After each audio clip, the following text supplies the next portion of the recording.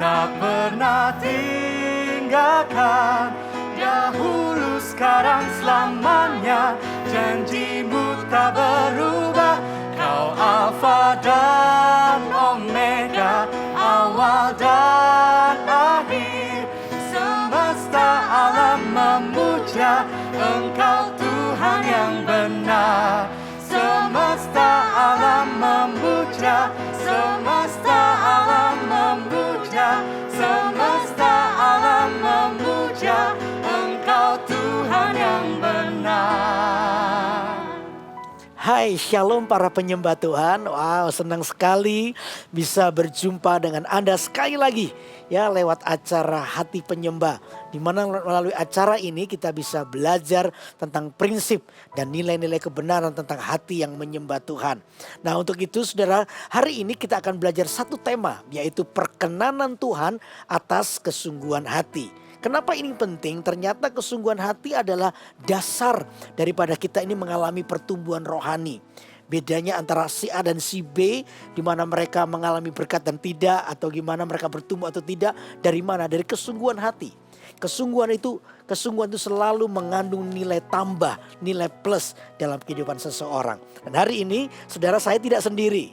Saya bersama dengan sepasang ya, couple ya, suami istri Andrew dan Jessica. Hey, gimana kabarnya? Baik ya, puji Tuhan ya, puji Tuhan. Lagi sibuk apa ini sekarang? Sekarang lagi sibuk pekerjaan di ya. Pandemi seperti ini justru pekerjaan mengalami banyak perubahan. Cukup sibuk di area tersebut. Sibuk ya. Sama juga ada pelayanan juga yang masih Pelayanan di mana, Andrew? Saya pelayanan di Departemen Service Production. Oh, S-Pro ya. Di Gajah Salon. Ya. Wow. Pelayanan sudah sejak 2013. 8 tahun ya. 8 tahun ya. Kalau Jessica sekarang? Juga sibuk pekerjaan dan juga ya. pelayanan. Pelayanan ya. Di pelayanan apa? Interpreter ya. Wow, ini luar biasa. Teman-teman kita yang di luar negeri harus berterima kasih ya. Karena firman Tuhan jadi jelas interpreter. Oke. Nah, hari ini kita akan membahas tentang bagaimana pentingnya bersungguh hati. Nanti kita akan dengarkan juga kesaksian dari mereka berdua. Ya, untuk itu kita akan baca Alkitab dulu di dalam Yosua pasal 14. Ya, ayat yang ke-6 sampai dengan yang ke-9 kalau nggak salah ya. Atau 8 tadi? 8. Oke, 8 kita baca dulu ya. Silakan. Yosua 14 ayat yang ke-6, Kaleb mendapat Hebron. Ya. Bani Yehuda datang menghadap Yosua di Gilgal. Pada waktu itu berkatalah Kaleb bin Yefune, orang Kenas itu kepadanya, "Engkau tahu firman yang diucapkan Tuhan kepada Musa, abdi Allah itu, tentang aku dan tentang engkau di Kadesh Barnea." Ayat 7. "Aku berumur 40 tahun ketika aku disuruh Musa, hamba Tuhan itu, dari Kadesh Barnea untuk mengintai negeri ini. Dan aku pulang membawa kabar kepadanya yang sejujur-jujurnya." Ayat 8. "Sedang saudara-saudaraku yang bersama-sama pergi ke sana dengan aku membuat tawar hati bangsa itu, aku tetap mengikuti Tuhan Allahku dengan sepenuh hati." Nah, ini adalah kisah namanya seorang yang namanya Kaleb dan Yosua. Mereka ini masuk dalam, ini background ceritanya dulu ya. Masuk dalam tim pengintai 12 orang. Dan dari 12 orang yang diutus itu mereka pulang ternyata bawa dua berita. Yang 10 orang berkata begini, waduh itu orang Yeriko itu seperti orang enak, itu raksasa-raksasa kita ini seperti belalang. Wah, kita pasti dimakan, kita pasti kalah. Gara-gara berita itu ya seluruh orang Israel nangis. Bayangin kurang lebih 2 juta orang nangis. Itu kira-kira tretes sampai sini denger loh itu. Bukit doa sampai sini dengar 2 juta soalnya. Itu nangis itu. Dan nangisnya bukan nangis sengguan, nangis yang betul-betul histeris ya. Karena mereka ini kan mau menghadapi kematian, nggak mungkin sudah. Tapi beda Yosua dan Kaleb. Kaleb dan Yosua justru berkata, tidak, kita akan mengalahkan mereka. Tuhan menyertai kita. Dan tadi dibilang apa? Dia bawa berita yang sejujur-jujurnya. Nah, menurut kalian yang jujur siapa? Karena memang dua-dua bawa berita jujur. Ya, yang 10 bilang bahwa betul orang enak super, dan memang kenyataannya orang enak itu keturunan raksasa, gede-gede semuanya. Sedangkan yang 2 orang berkata, enggak, Tuhan kalahkan kita. Kalahkan mereka, Tuhan akan beserta kita. Tuhan kalahkan mereka. Nah, menurut kalian yang jujur siapa kira-kira? Dua-dua jujur. Dua-duanya jujur, betul. Dua-duanya jujur. Tapi yang beda apa? Sudut pandang sudut mereka. pandangnya. Iya. Ini yang membedakan. Iya. Nah, sudut pandang yang berbeda itu dikatakan di situ apa? Mengikuti Tuhan dengan segenap hati. Iya. Nah, saya bilang tadi makanya ini nilai plusnya. Nah, nilai plusnya begitu loh. Yang kita alami, yang sungguh-sungguh dalam kehidupan kita, kesungguhan itu ternyata membawa kita masuk dalam sebuah sebuah di mana Tuhan itu menyatakan kuasanya di hidup kita dengan pola pikir yang berubah begitu. Nah, kalau menurut Andrew gimana? Pernah nggak ngalami yang kayak begini? Ya pernah sih melihat dengan mengikut Tuhan, dengan pelayanan ini juga. Andrew itu banyak belajar untuk melihat segala situasi itu dengan sudut pandang yang Tuhan berikan. Dengan dulu sebelum pelayanan mungkin Andrew itu hidupnya ya seperti anak remaja pada umumnya. Kan umum lah. Tapi nggak nakal loh, nggak nakal. Sedikit ya. Maksudnya itu nakal. Maksudnya itu nakal. Tapi puji Tuhan menurut Andrew secara pribadi sebuah mujizat bahwa di tahun 2013 Andrew pelayanan itu bukan karena sudah mengalami Tuhan. Tapi entah kenapa kelihatan nama Servolution. Andrew jujur nggak ngerti itu apa. Terus tiba-tiba turun ada dorongan di hati untuk ternyata ini pelayanan. Ikut pelayanan. Nah, sejak di situ Andrew mulai banyak mengalami pengalaman bersama dengan Tuhan. Diproses dengan cara melihat hidup ini nggak lagi dengan cara yang mungkin yang lama. Mungkin banyak masalah. Lihat masalah itu sebagai sebuah yang membuat hidup ini lebih susah. Tapi sejak melayani dan dibentuk oleh Tuhan, Andrew sekarang melihat setiap masalah yang Andrew hadapi itu menjadi sebuah proses yang Tuhan berikan untuk Andrew ini menjadi pribadi yang lebih baik. Jadi pribadi yang mengikut Yesus, apa yang menjadi karakter Yesus itu dibawa masuk ke dalam hidup Andrew. Dan di situ sekarang kalau melihat masalah, melihat problem, itu melihat ini sebagai opportunity untuk belajar, melihat ini sebagai opportunity untuk bagaimana Andrew bisa menangkan jiwa. Kalau itu berhubungan dengan seseorang. Seperti itu sih kok. Sejak itu Tuhan sudut pandang berbeda. Nggak melihat problem di sudut yang buruk, tapi melihat problem sebagai bagaimana Tuhan itu mau bekerja dalam kehidupan Andrew. Jadi Andrew ini adalah seorang CEO sebuah perusahaan. Lalu tiba-tiba yang istilahnya CEO berarti kan bos ya pemimpin sebuah perusahaan. Lalu dia memilih sebuah pelayanan yang namanya S-Pro. Saya tahu pelayanan S-Pro. Pelayanan S-Pro itu kalau di gereja kita itu datang harus paling pagi. Betul nggak? Karena harus menyiapkan semua ibadah, tata ibadah, lalu dia harus menyambut jemaat dan lain sebagainya. Semuanya disiapkan dengan baik. Dan ini adalah pelayanan yang betul-betul tidak boleh ada label bos di sini.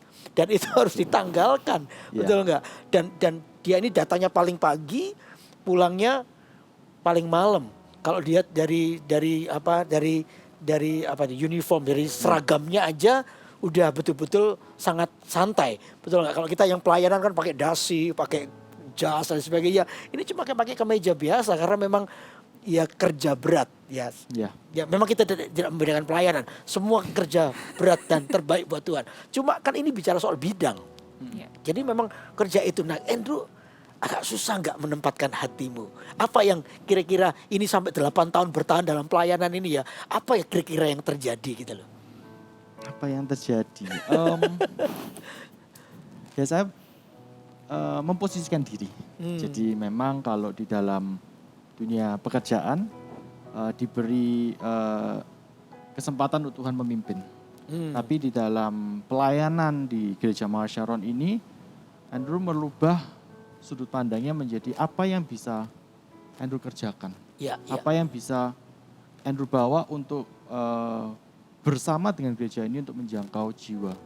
Jadi karena dari situ kan Andrew kalau baca Alkitab itu melihat Tuhan Yesus kan jiwanya itu ingin melayani, ingin jiwa itu kenal pribadi Kristus.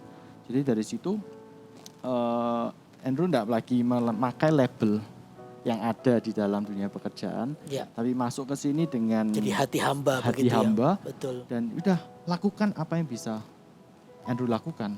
Dan sejauh ini setiap pelayanan yang dilakukan Tuhan itu tidak pernah berhutang ya. Justru dari setiap pelayanan yang Andrew lalui, Andrew merasa Andrew bisa menjadi pribadi yang lebih baik lagi dan menjadi lebih melihat sudut pandangnya menjadi sudut pandang Tuhan. Betul. Dan akhirnya itu membawa perubahan di dalam kehidupan Andrew di luar pelayanan. Seperti itu kok. Gitu ya. Berarti waktu kita ini mengikut Tuhan dengan segenap hati, maka yang paling kena dampak adalah cara pandang kita. Jadi waktu saudara dan saya semua termasuk mereka berdua ini, waktu kita nih mengikut Tuhan dengan segenap hati, seperti apa yang Kaleb dan Yosua lakukan, mereka mengikut Tuhan dengan segenap hati, maka cara pandang mereka berubah. Mereka selalu lihat dari sisi mana? Dari sisi Tuhan, bukan dari sisi kelemahan. Kalau orang banyak, yang 10 orang itu membuat orang Israel nangis karena apa? Mereka ini merasa pasti mati, pasti binasa. Karena apa? Karena mereka lihat dari sudut pandang kelemahan manusia. Tetapi Kaleb dan Yosua melihat dari sudut pandangnya Tuhan. Maka mereka tahu bahwa karena cara pandang yang berubah itulah, maka mereka ini mengalami sebuah perubahan. Dari mana asalnya? Karena kesungguhan hati. Jadi saya mengerti ya, kalau saya lihat ya minta maaf. Ya artinya begini loh, ini sudah sibuk mulai Senin sampai Sabtu kerja.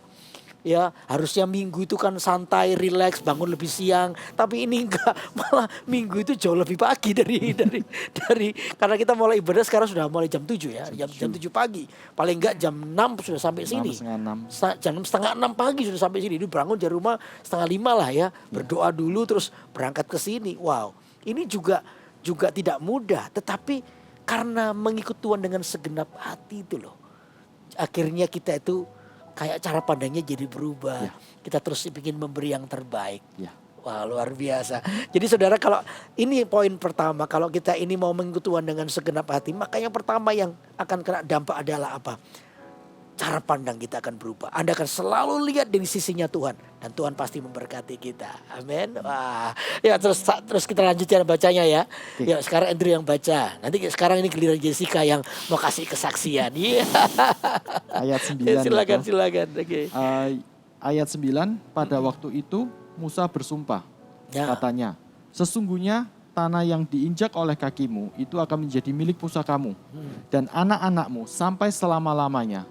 Sebab engkau tetap mengikut Tuhan Allahku dengan sepenuh hati. Ayat 10, jadi sekarang sesungguhnya Tuhan telah memelihara hidupku seperti yang dijanjikannya.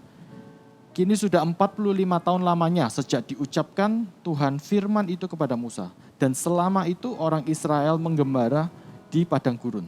Jadi sekarang telah berumur 85 tahun aku hari ini. Ayat 11, pada waktu ini aku masih sama kuat seperti pada waktu aku disuruh Musa. Seperti kekuatanku pada waktu itu, demikianlah kekuatanku sekarang untuk berperang dan untuk keluar masuk. Wah, ini cerita luar biasa. Jadi dikisahkan tuh gini, pada waktu umur 40, Kaleb ini ketemu dengan Musa. Ya, lalu Kaleb ini bantu peperangan yang luar biasa. Lalu dikatakan Tuhan itu memelihara hidupku. Nah sekarang waktu ditulis itu, dia ketemu dengan Yosua, umurnya itu 85 tahun.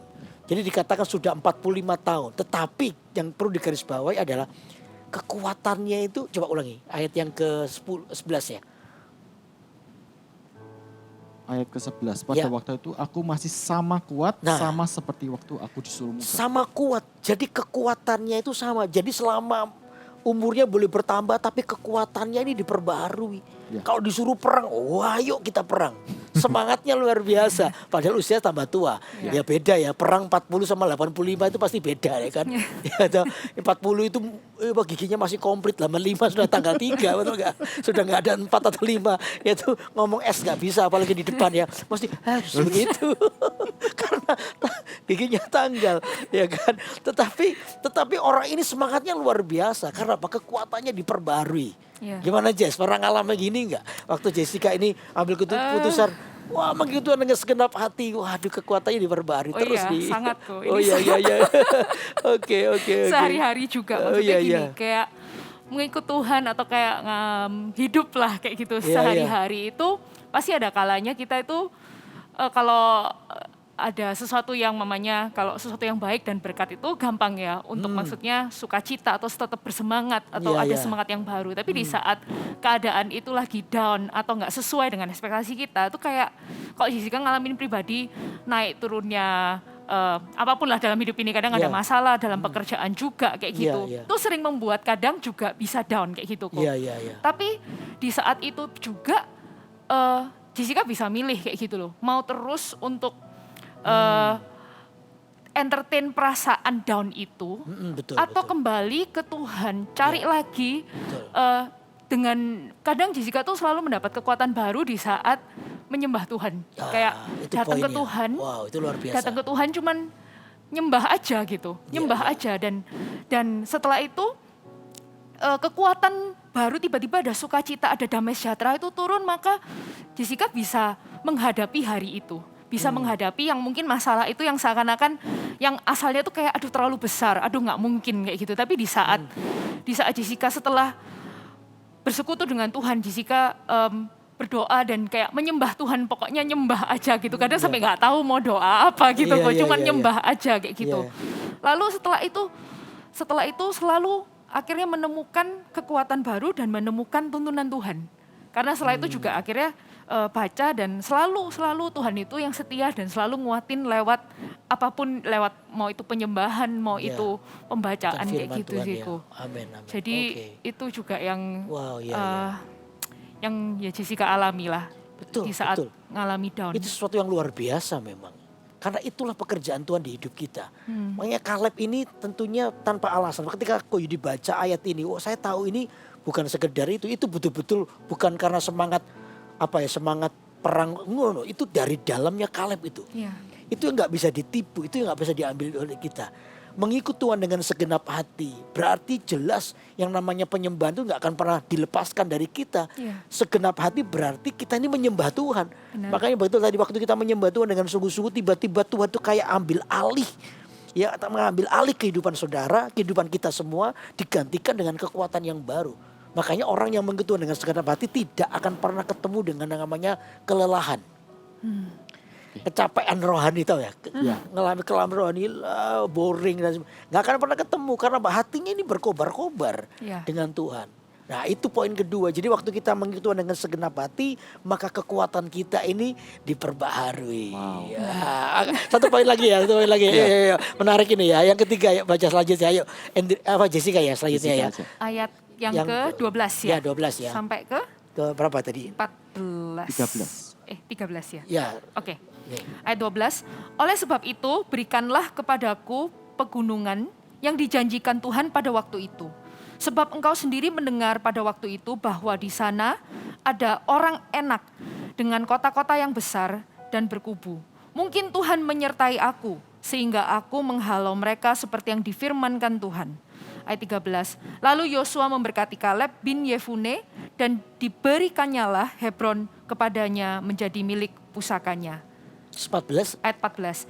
Itulah sebabnya Hebron menjadi milik pusaka Kaleb bin Yefune, orang Kenas itu sampai sekarang ini. Karena ia tetap mengikuti Tuhan Allah Israel dengan sepenuh hati. Nah itu poinnya. Karena dia mengikuti Tuhan Allah Israel dengan sepenuh hati. Kalau dari perbacaan tadi perikop itu mengikuti Tuhan dengan sepenuh hati itu beberapa kali disebut di situ.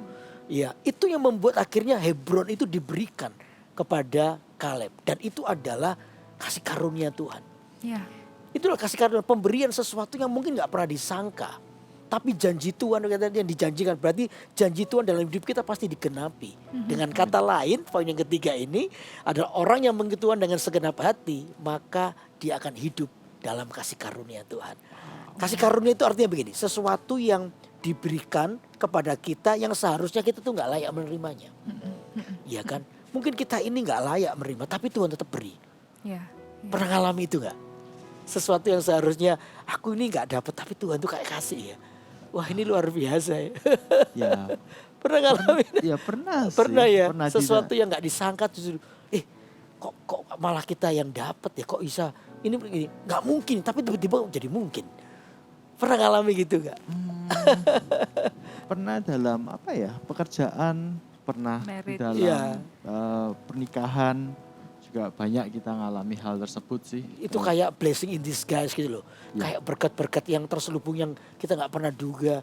Tiba-tiba dapat kayak Ko Yudi misalnya.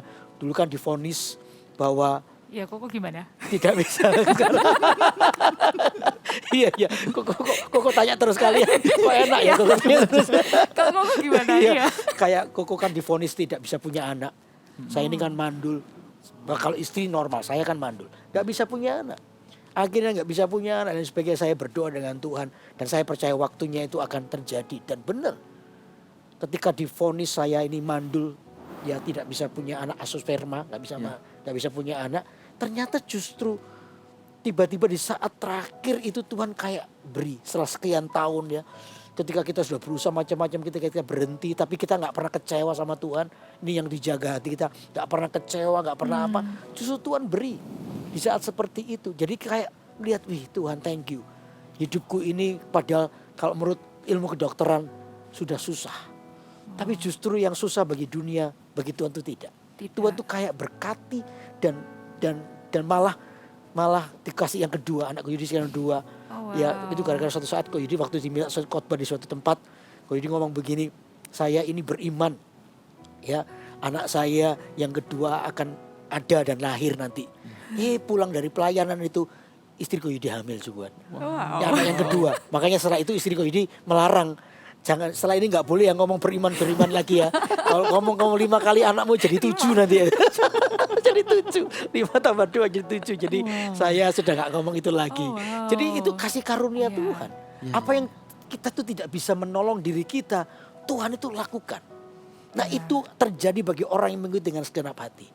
Saya percaya kalau kalian mengikuti segenap hati, apa sih kerinduan kalian Tuhan akan genapi. Amin. Tuhan akan penuhi. Amin. Apapun kerinduan kalian, Iya. Tuhan pasti genapi. Iya. Amin. Karena itu Wow. para penyembah Tuhan, ini adalah pembicaraan yang menurut saya cukup bagus sekali untuk kita ini belajar bagaimana kita harus mengikuti Tuhan dengan segenap hati seperti Yosua dan Kaleb. Mereka mengalami 3 hal. Yang pertama cara pandang mereka berubah. Lalu yang kedua kekuatan mereka diperbaharui terus. Lalu mereka hidup, khususnya untuk Kaleb, hidup dalam kasih karunia Tuhan. Saya percaya kita ini hidup dalam kasih karunia Tuhan. Biar Tuhan tuh menemukan hati yang bersungguh-sungguh. Nah, tadi saya bilang selalu ada nilai tambah untuk sebuah kesungguhan hati. Tuhan pasti memberkati Anda. Amin. Thank you Andrew dan Jessica. Thank you untuk sharingnya. Pasti ini memberkati semua orang yang dengar ya. Oke, yuk kita akan nyanyi satu pujian ya. Kita akan nyembah Tuhan. Yuk kita nyanyi lagu ini. Amin. Setiap waktu hidupi kebenaran-Mu, bukan dengan kuatku, namun karena Roh-Mu. Yesus Kau yang ku pegang teguh.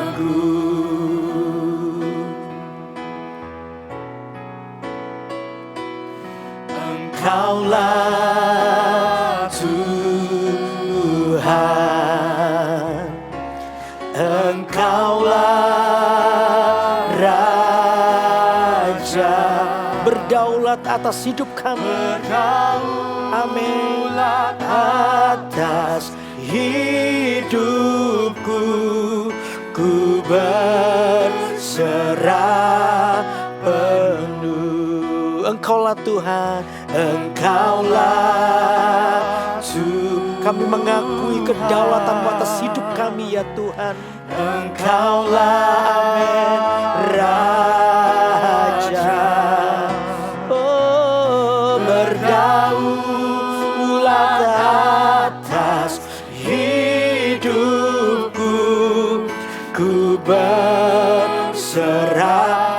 lagi katakan Engkaulah Tuhan, Engkaulah Tuhan, Engkaulah Raja, berdaulat atas hidupku, ku berserah. Berdaulat atas hidup kami, berdaulat atas hidupku, ku berserah. Sekali lagi, dan kita akan sembah Tuhan, katakan berdaulat atas hidupku, ku berserah penuh.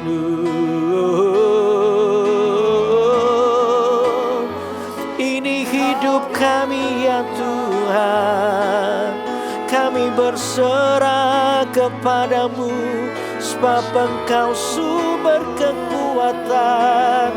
Kami mau mengikut-Mu dengan segenap hati. Oh, kekuatan kami diperbarui, pola pikir kami diperbarui. Kami hidup dalam kasih karunia-Mu. Terima kasih Tuhan. Kami mau mengikut-Mu dengan segenap hati kami. Haleluya. Thank you Lord. Terima kasih Tuhan. Oh, kami mau mengikut Tuhan dengan segenap hati kami. Apapun yang kami alami Tuhan, dan siapapun kami, tidak peduli. Yang penting satu ini, kami mau mengikut Tuhan dengan segenap hati, dengan sungguh-sungguh dari kehidupan kami. Seperti Yosua dan Kaleb, mereka adalah orang-orang yang mengikuti Tuhan. Mereka mengalami perubahan dalam cara pandang mereka. Kaleb mengalami kekuatan hidup yang diperbaharui dan hidup dalam kasih karunia. Kami percaya ya Tuhan, ini terjadi. Apa yang kami rindukan, Tuhan Engkau yang memberkati kami. Kita hamba berdoa biar berkat-Mu juga dicurahkan bagi setiap hati penyembah, setiap para penyembah Tuhan. Mereka sungguh-sungguh hidup di dalam kasih karunia-Mu. Terima kasih Tuhan. Hamba menyerahkan semua pembicaraan di dalam tangan Tuhan, dan biar menjadi berkat di dalam nama Tuhan Yesus. Yang percaya diberkati Tuhan, katakan sama-sama amin. Amin. Wah, thank you Andrew sekali lagi ya sama Jessica. Thank you, Ko. Kita percaya hari ini apa yang kita bicarakan jadi berkat buat orang banyak. Amin. Amin. Nah, untuk itu para penyembah Tuhan, jangan lewatkan acara Hati Penyembah setiap hari Senin jam 6 sore di waktu Indonesia bagian Barat di YouTube GMS Church, untuk kita ini belajar bertumbuh ya di dalam prinsip kebenaran firman Tuhan. Dan jangan lupa bagi saudara yang belum subscribe, like, share dan tekan tombol lonceng, mari kita lakukan supaya kita tidak tertinggal atau tidak terlewatkan ya berkat yang akan kita terima melalui acara ini. Dan juga dalam acara ini Anda bisa merequest sebuah lagu. Anda bisa tulis ya di kolom komentar, nanti lagu yang kami pilih akan kami nyanyikan minggu depan. Dan hari ini saudara, kita akan menyanyikan sebuah lagu yang telah di-request oleh saudara Ongki yang berjudul Yesus Sekolah Sahabatku. Nah, untuk itu sampai jumpa Senin depan di acara Hati Penyembah pukul 6 sore waktu Indonesia bagian Barat. Hati Penyembah, kerinduan Tuhan, panggilan kita. Tuhan berkati. Bye-bye. Hidup yang kupilih membuatku berarti, karena Yesus Tuhan tempatku percaya dan berharap. Ku buka mataku, lihat sekelilingku, ku harus nyatakan kebenarannya yang membebaskan. Karena kuasa-Mu, karena kehebatan-Mu, oh, ku dapat lakukan